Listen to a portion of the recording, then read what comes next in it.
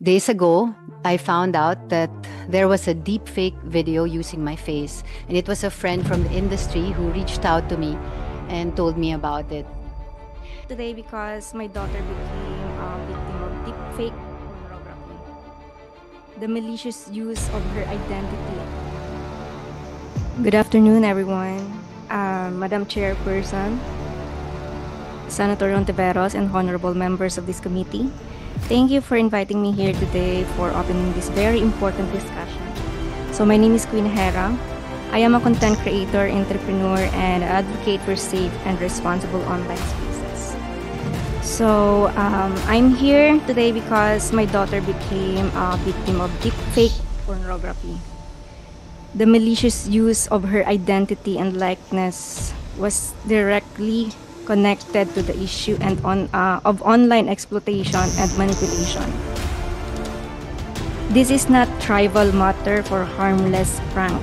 This is a grave violation of dignity, privacy, and human rights. As a mother, it has been heartbreaking and deeply painful to witness how this exploitation has affected her well-being, her reputation, and her safety. So wala pong magulang ang gustong makita na ganong kalagayan ng anak. This is very cruel and degrading. So as a content creator, nagpo-post po ako ng mga video, very normal video, picture ng anak ko and I. And one day, may nag-DM sa akin sa Instagram saying na yung anak ko ay nakita sa isang dark web. And nakita ko mismo yung picture niya. Edited, though edited yon, but naka-edit yung mukha niya sa isang private part ng isang lalaki. So as a mother, sobrang heartbreaking nun para sa akin. So I felt helpless at that time, and knowing na parang wala nang safe kahit sa online, kahit sobrang inosente ng post mo, hindi ligtas yon sa mga taong nakakapanood. So hindi natin alam kung ano yung intention nila. So yun lang po, and I hope ma-address tong issue na to because sa Facebook especially, talamak po yung nangyayari. Hindi aware or yung mga magulang na sobrang dami na pala nagkalat nito sa online. Salamat, Queen Hera, for sharing your story. Bilang nanay din, nakikiisa po ako sa heartbreak nyo. Lahat po kami dito sa komite ng mga magulang ay nakikiisa po sa pinagdadaanan mo.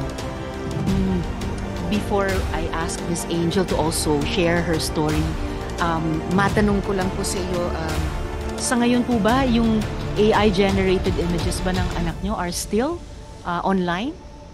Sa pagkakaalam ko po na take down na, but I don't think na lahat ng yon kasi sobrang laki po ng dark web. So, pwede makuha, na-take down yung isang link, but another siguro nag-circulate pa rin, and yung iba nabebenta pa din.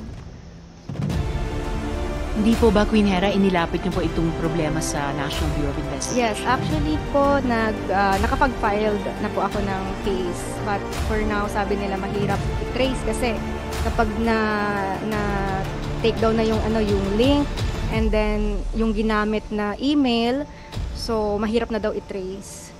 So parang blank, parang back to zero. Saan natin kukunin yung mga ebidensya. So ang hirap din pong ipaglaban. Pwede po bang matanong ang NBI? Who will speak for the NBI this afternoon? Yes.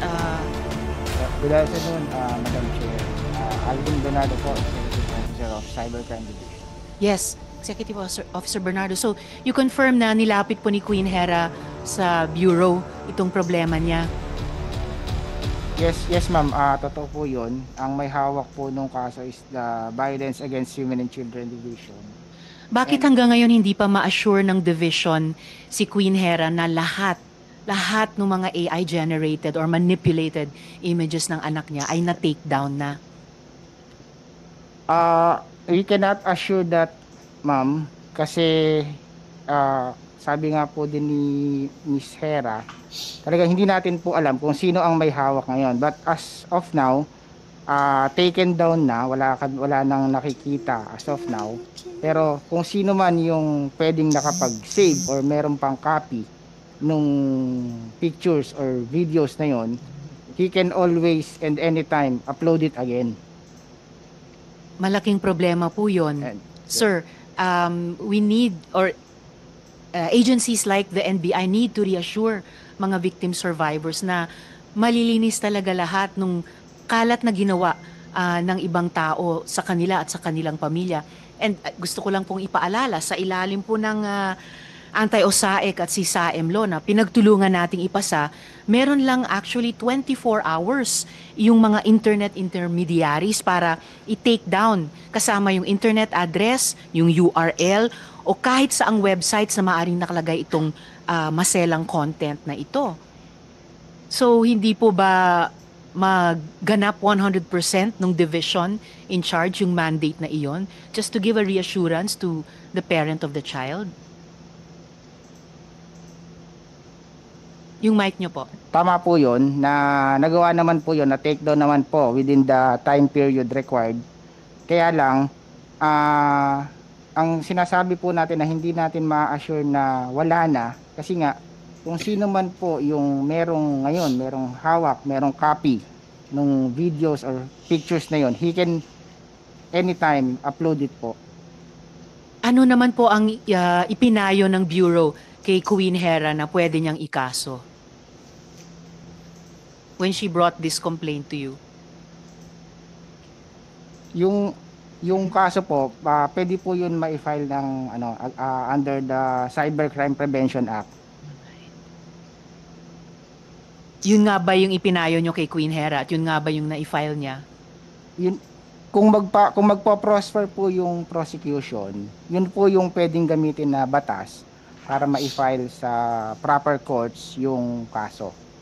Okay, in addition to that po, nag-reach out ba kayo sa mga internet intermediaries, lalo na halimbawa yung mga internet service providers, para tulungan nga po kayo sa pagkolekta ng ebidensya at pag-request ninyo sa kanila na i-take down nga po yung content, kahit yung URL man lang? Yes, Your Honor. Yun nga po, taken down na po yung videos na yun, yung pictures na yun, wala na po tayong nakikita as of now. Sa kaninong internet service providers kayo nag-reach out? Kung kanino po nakita yung yung videos, usually sa Facebook, sa TikTok, doon po kami nagre-reach out for the taking down of that posts or videos. And sa karanasan po ninyo yung pagkausap ng Bureau sa Facebook, sa TikTok, etc., naging madali po ba yung karanasan o naging mahirap po ba silang kausap? In cases of CSAEM and pornography, especially involving children, mabilis naman po. So even in the case ni Queen Hera, naging mabilis naman yung pakikipag-usap nyo sa mga internet service providers? Mabilis naman po yung action nila, ma'am. Alright. Salamat, sir. Without leaving Queen Hera, because probably throughout this hearing, matatanong pa rin kayo sa inyong karanasan. And also, yung lessons learned and moving forward, ano yung gusto nyong hingiin sa ating lipunan, sa gobyerno, pati sa private sector, na paano tulungan mga magulang tulad nyo at anak tulad ng sa inyo. Miss Angel, pwede ko rin bang itanong ano po yung naging karanasan nyo that you could share with the committee?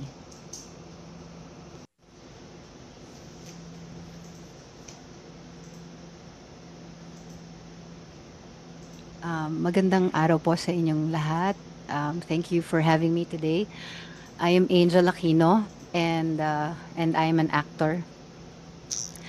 Days ago, I found out that there was a deep fake video using my face, and it was a friend from the industry who reached out to me and told me about it. I understand that being public property, is one of the trade-offs of this job. Alam yan ni Sen Robin Hood. Pero sana naman only up to a certain extent, di ba? Putting ourselves out there doesn't give people consent to demean us, defame us, harass or take us apart or do whatever they want to do with us. When I learned of my deepfake, my reaction was both internal and physical. As in, para akong nasusuka. I felt ill, nauseated, confused, and stunned in the beginning. Then, it was disgust and anger for being violated as a person in a revolting and humiliating way. I mean, I think any one of us, kung makita natin yung mukha natin na nasa isang porn video, I don't know how you'd feel, but it's really nakakabastos. Hindi mo alam yung mararamdaman mo.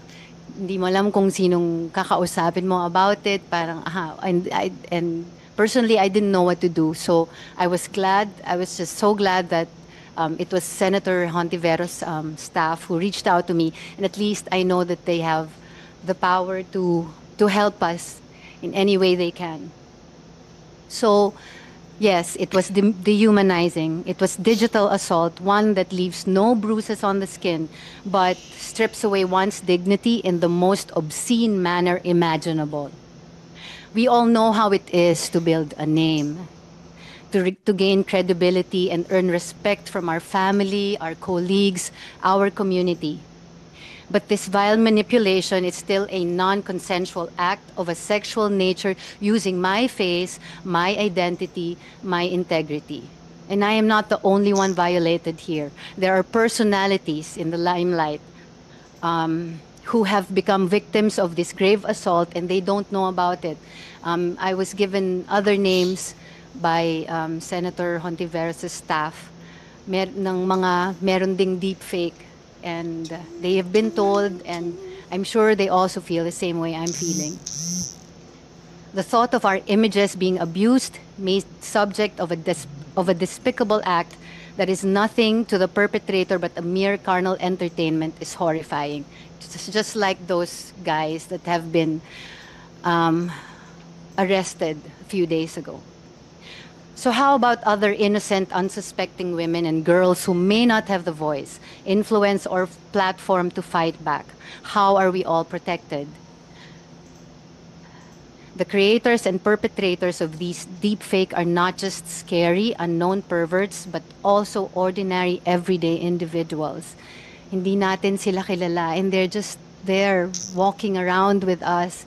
Hindi natin alam kung anong ginagawa nila with pictures that are just available on the internet. And it can just be anybody that they can victimize. Not just us who are public figures. Maski mga bata, ginagawa nila ng ganito. So this is the new frontier of violence against women. We are now living in an AI-generated deepfake era of sexual assault and violation, and our laws have to catch up to technology.